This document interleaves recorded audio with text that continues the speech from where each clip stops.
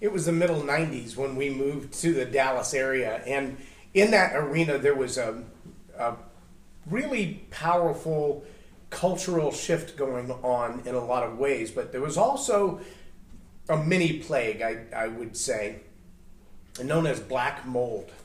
Well, I didn't know anything about black mold or sticky buckets until I was invited to a friend's house for a New Year's Eve party.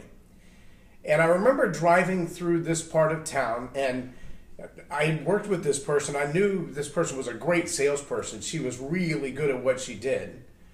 And when I pulled into the area of town that she told me she lived in, I thought to myself, like, no, she drives a BMW. I can't imagine she lives in this neighborhood, because all the houses were like 3 feet apart, and they were tiny little square boxes. They what you would call row houses, or just one step above the projects of some inner cities. And they were all lined up in perfect little rows. All the houses looked exactly the same. They were really close together, stacked on top of each other. They looked like a throwback to the 30s or 40s. And I was really surprised that she lived in that neighborhood. And I called her on my cell phone and I said, I'm driving down the street that you told me to come to, but number one, I'm not sure I'm in the right neighborhood. And number two, I don't see any houses that have cars all around them, or even a house big enough to have the kind of party that you're talking about. Am I in the right neighborhood? And she said, oh yeah, you're in the right neighborhood. You're going to have to go around the block one more time. And when you come up the block, about halfway up, you'll see the front yard is just trees. You can't see the house from the road. And I thought, well, that's really weird in this particular neighborhood.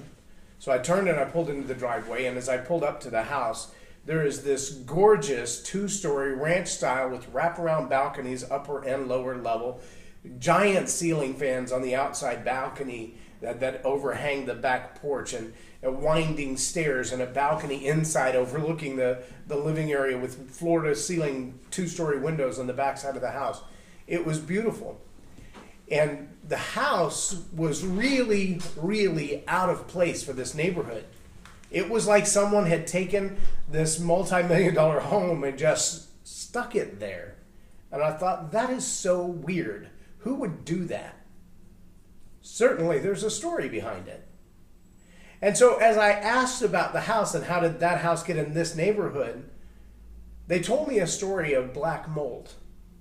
How mom had become really, really sick, and they couldn't figure out why. And she'd been to the doctors, and she'd been to allergists, and she would have all kinds of issues, upper respiratory issues and breathing issues. And I'm kind of struggling with that right now, but it's not about mold. It's just about the weather changes. And she would go to doctor after doctor after doctor, and they couldn't find a problem for it. They couldn't find a solution for it. And so she had gone on vacation. While she was on vacation, all the symptoms cleared up. And they thought, that's really, really weird that she would be suffering with all of that at home, but the minute she leaves home, it's all better. How does that happen? And so they had someone come in and test the house. And when they tested the air quality in the house, they found that at some point in time, there had been moisture inside the walls, and there was black mold growing inside the walls. It was all under the baseboards. It was inside the insulation. It was inside the inside of the sheetrock. And there was no way to get rid of it. So they called a mold eradication company, and they got busy about the business of trying to figure out what they were going to do with it.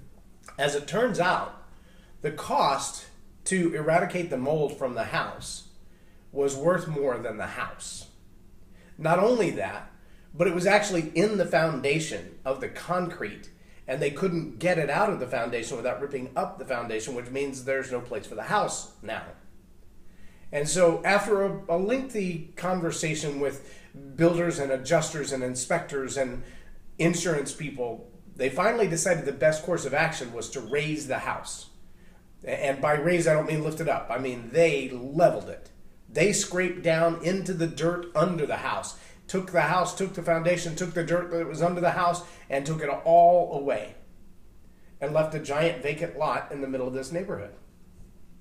Well, it so happens that Dina's brothers are also custom home builders, and they're very, very good at what they do. So they put together a bid for mom and dad based on what the insurance companies were willing to pay, and they rebuilt a gorgeous, gorgeous home on this little tract of land. So now when you drive through that neighborhood, and you see all the little row houses that are just feet away from the sidewalk, and there's barely any front yard and barely any backyard, and there's barely any house. And then you come to this one house in the middle of the block with the extended driveway and this gorgeous house sitting in the middle of this neighborhood surrounded by trees.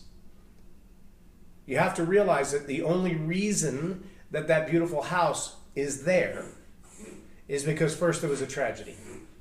First, there was black mold in the house. First, there was a sick mom and sick kids. First, there was calamity.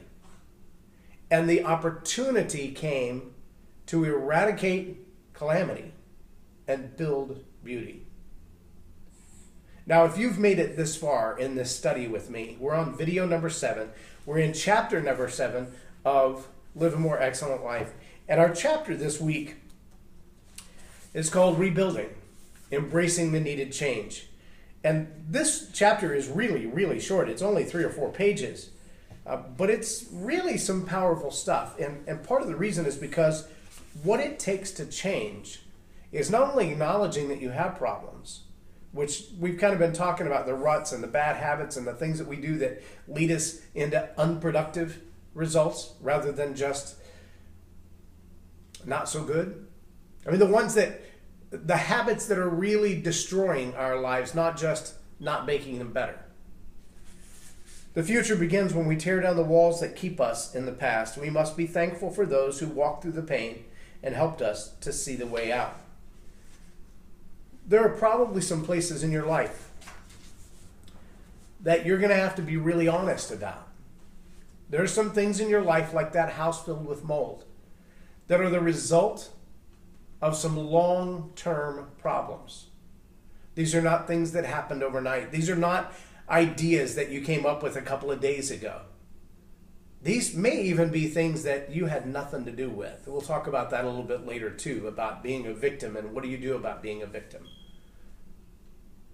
But there may be things in your life that have been holding on, destroying your hope, destroying your future, destroying your chances at a happy life for a long, long time. And you've tried to paint over them. You've tried to gloss over them. You've tried to make it seem all better. You maybe, planted flowers in the front of the house so no one would smell the mold. Maybe you painted the walls with kills so that you couldn't see the mold. Maybe you even tore down one wall in the interior and built another wall. Or tore down one wall and just left it open. But the mold is still there because it's in the foundation. It's in the walls. And that mold in your life might be an addiction. That mold in your life might be tragic relationships. Relationships that you know for a long time have been counterproductive to your success.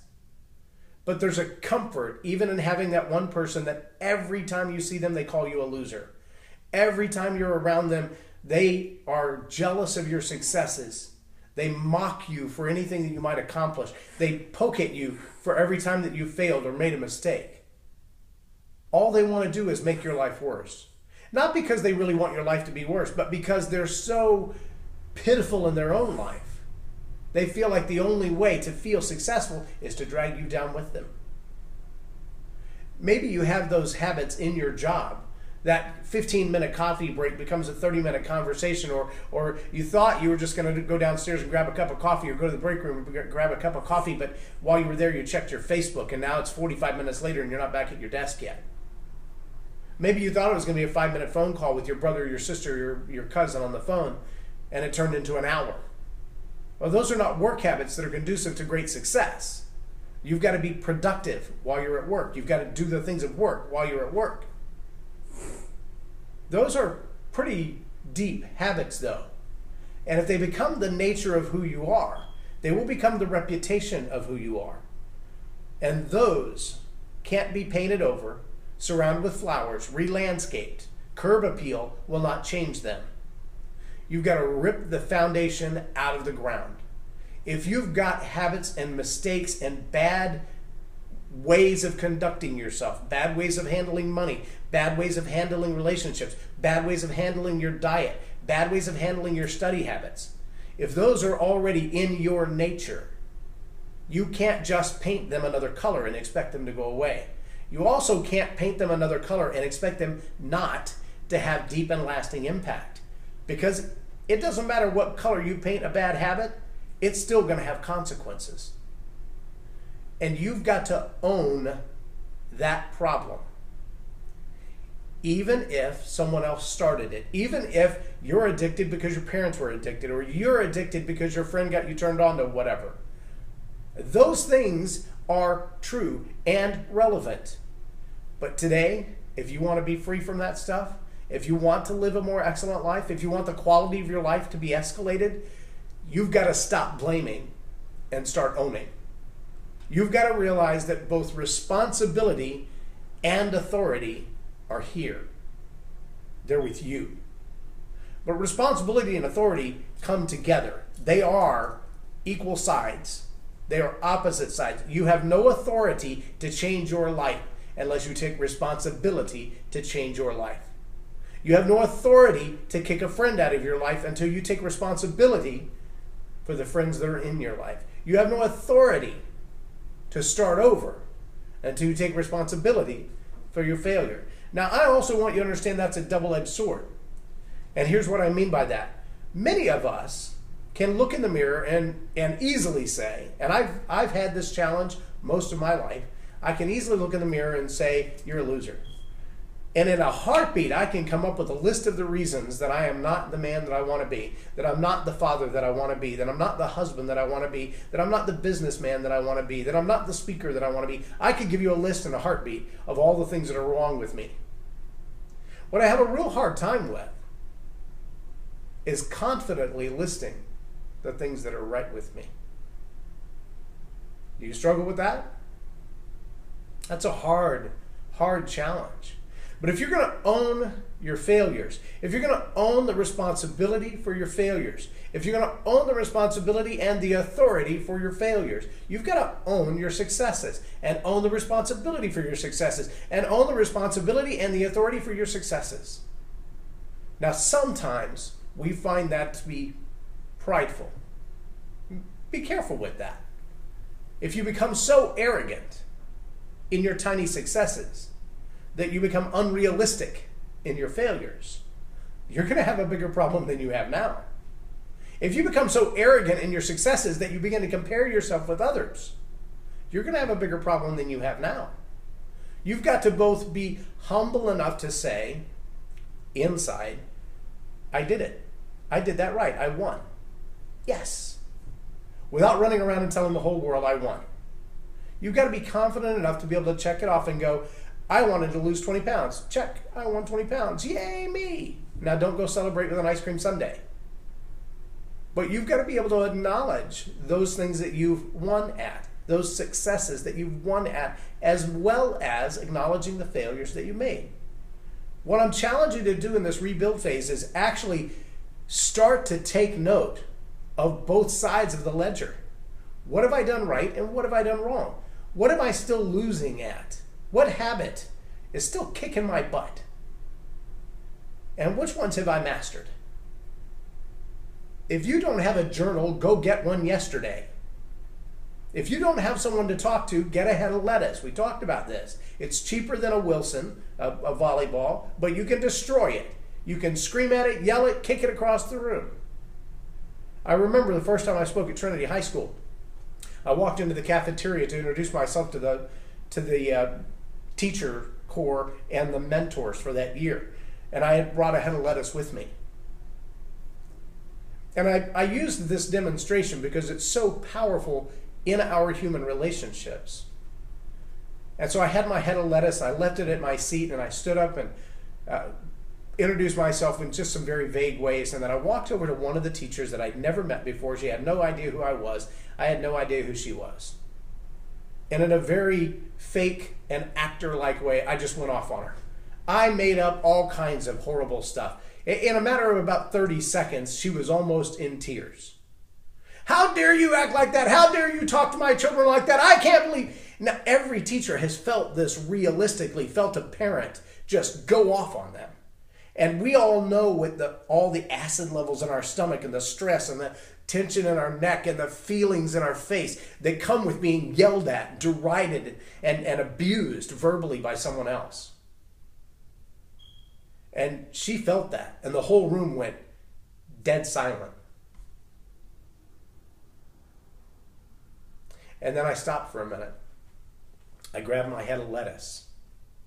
I walked right back up to her like I was going to start the same thing again. I turned my back to her and I said all the same things to the head of lettuce.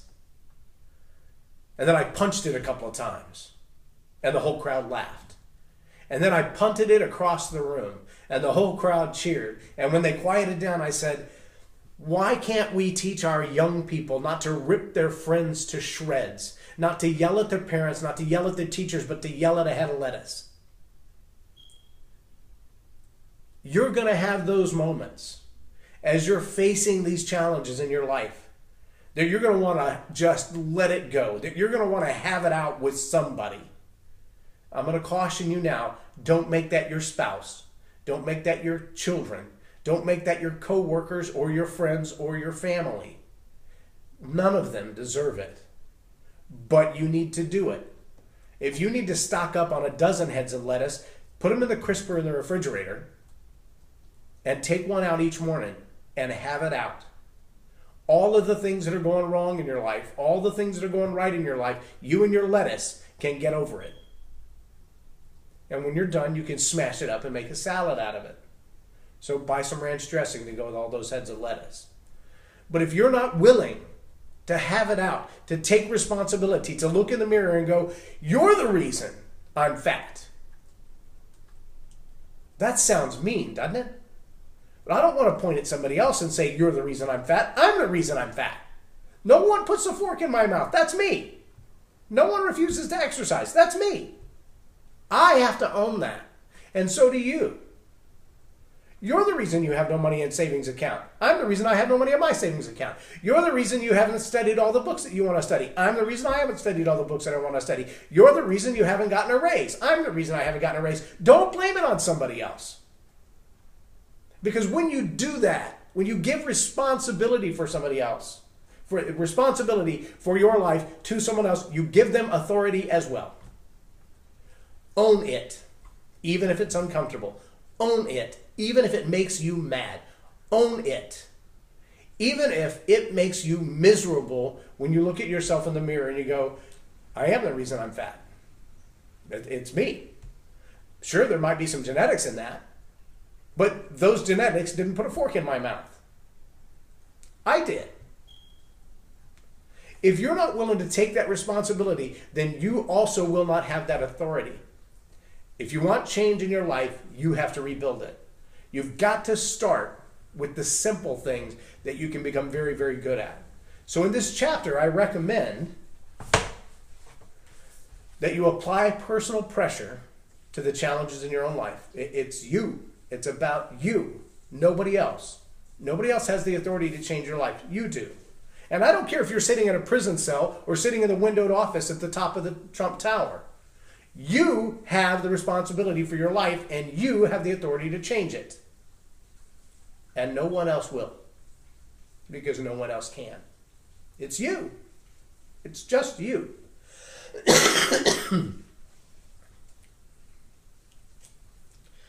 I remember working as a volunteer at Irving Bible Church many years ago. And I remember their pastor, Dr. Andy McQuitty, was talking about when he played football at Wheaton College. And he talked about how his coach used to stand on the sidelines, usually after a really bad football game, which means you're going to have a really hard practice. And the coach would stand there and spin his championship ring on his finger. And he would make sure that everybody could see it. And he was a sizable fellow. He had played football all through college and some in the NFL as well. And they would look at that ring as he was spinning that ring on his finger. And he would look him in the eye and he'd go, you like that, don't you? You want it? And he'd act like he was going to take it off. And he'd say, if you want it, come and get it. If you want it, come and get it. I want you to think about that for a moment in your life. What is the something or the accomplishment or the relationship that you want that's just right outside the edge of your having it? Do you want it bad enough? Are you willing to pay the price? Because that's exactly what he's saying. If you want it, pay the price and take it away. Now that might have been, hey, if you think you're big enough and bad enough to come take it off my head, come get it. Come get some. But there are going to be challenges in your life at every level that are the same thing. If you want it, pay the price and take it away. You want 8-pack abs? Pay the price. That's going to be about 300 crunches a day. You want to lose weight? Pay the price. Put the fork down. Walk around the block a few times. If you want it, it doesn't come free. I don't care what it is. There's a price to be paid for anything worth having. And 9 times out of 10, you have to pay that price. There's only one thing I know of worth having that you didn't have to pay the price for.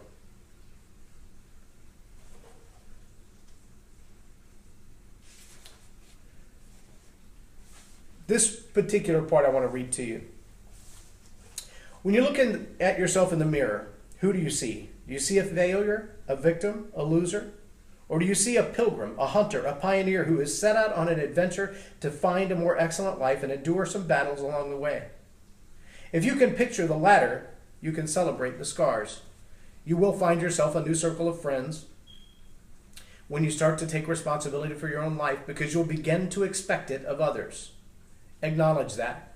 You will see yourself through new eyes when you feel the energy return, witness the pounds melt away, drink in the joy return that you avoided for so long. You deserve it. Acknowledge that. You will look back at some of the goals you set to move you forward, your vision, to move you towards your vision, and you will want to shout and sing along with Lettuce and then do a happy dance. A happy dance until Lettuce sings and dances along with you. That's victory. Acknowledge that. Make a new sticky note for your mirror every time you see a tiny little minuscule improvement in the quality of your life, or someone says that they see a change in you for the better. Make a new sticky note for every time you kick an old habit and each time you cement a new, healthy, productive habit. Make a new sticky note every time you smile for no reason. This is called gratitude, and it drives a positive attitude. Acknowledge that. There's a podcast, and it's one of the attitudes that I teach in the 7 Attitudes series, called the Attitude of Appreciation. There's an art form to maintaining a proper attitude, and the attitude of appreciation is one of the most powerful. So I want to close with this. This is a tip, this is a technique, this is a trick. It's a trick that tricks your mind.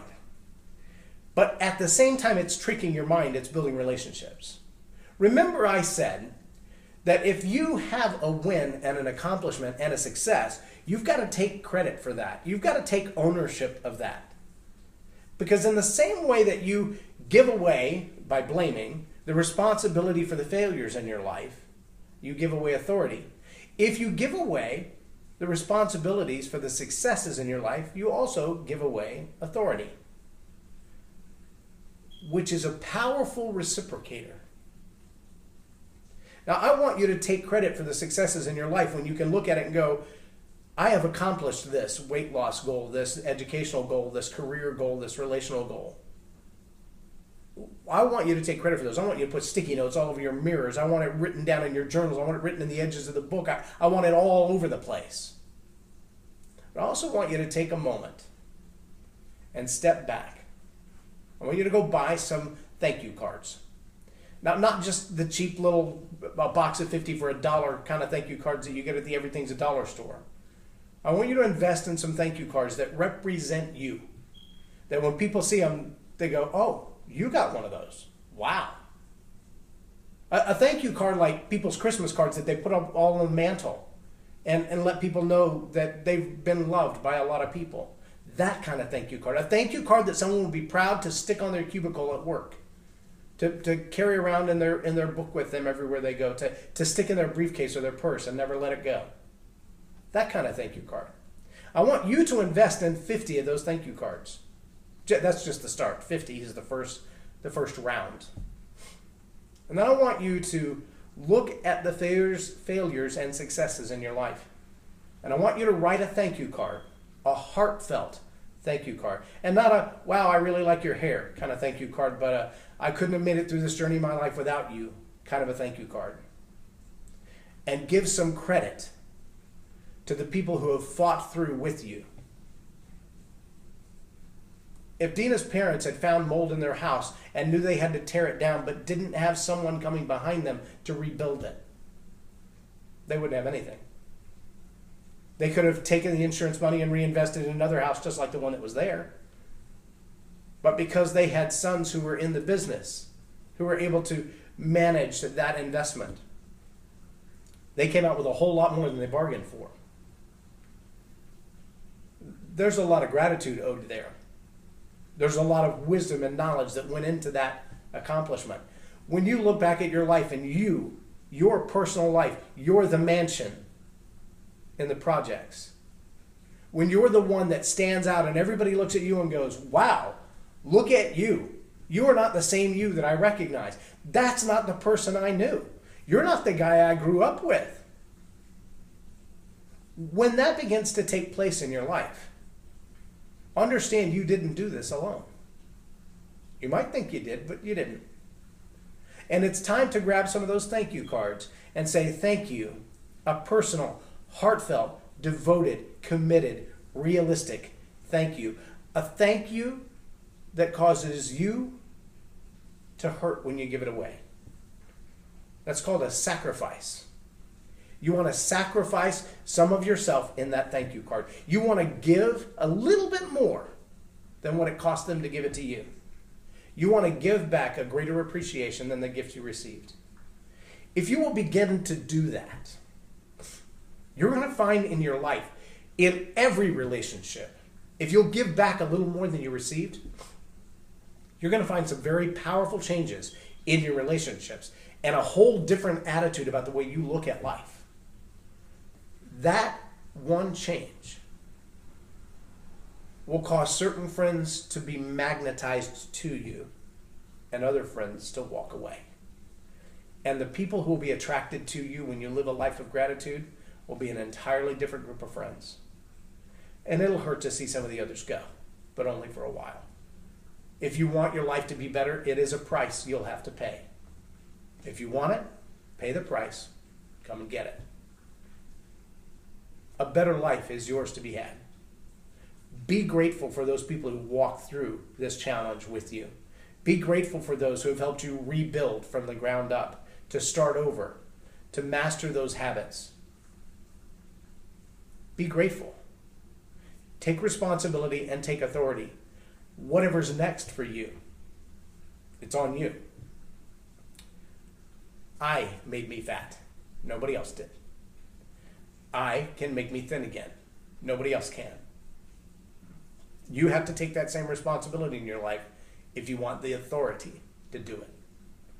Again, Live a More Excellent Life is the book we're working through. We are now in chapter 7.